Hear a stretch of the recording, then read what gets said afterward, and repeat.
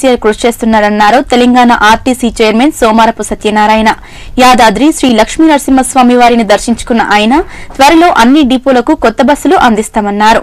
RTC అభివృద్ధికి కృషి చేస్తున్న కార్మికులకు ప్రతిభా పురస్కారాలు అందిస్తామన్నారు.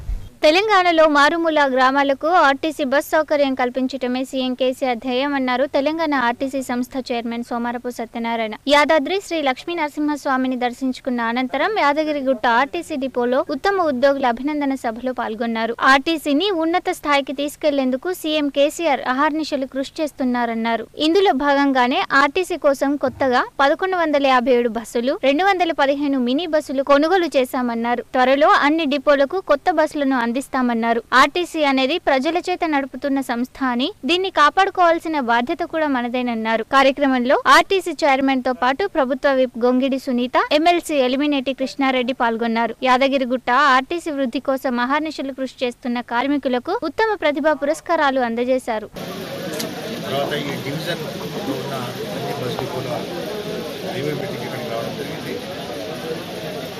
కార్యక్రమంలో ముఖ్యంగా ఎక్కడికి వెళ్ళినా మేము కార్మికులతో కలవడం, ఎందుకంటే ఆర్టీసీలో కార్మికులు చాలా శ్రద్ధతో పనిచేస్తారు,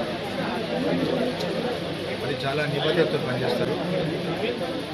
ఈరోజు వారు డ్రైవింగ్లోనైనా కానీ 10 లక్షల కిలోమీటర్లు కూడా ఒక యాక్సిడెంట్ ఉంటుంది.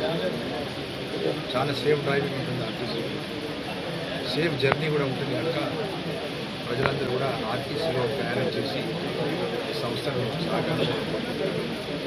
అదేవిధంగా పెద్దలు కేసీఆర్ గారు మరి సంస్థ అభివృద్ధిలోకి రావాలి, ప్రతి గ్రామానికి బస్ సౌకర్యం అందించాలి, మరి దూర ప్రాంతాల వాళ్ళకు ఇంటర్సిటీ వాళ్ళకు కూడా ఇంటర్స్టేట్ వాళ్ళకు కూడా బస్ సౌకర్యం కల్పించాలని వాళ్ళు చెప్తూ వస్తున్నారు.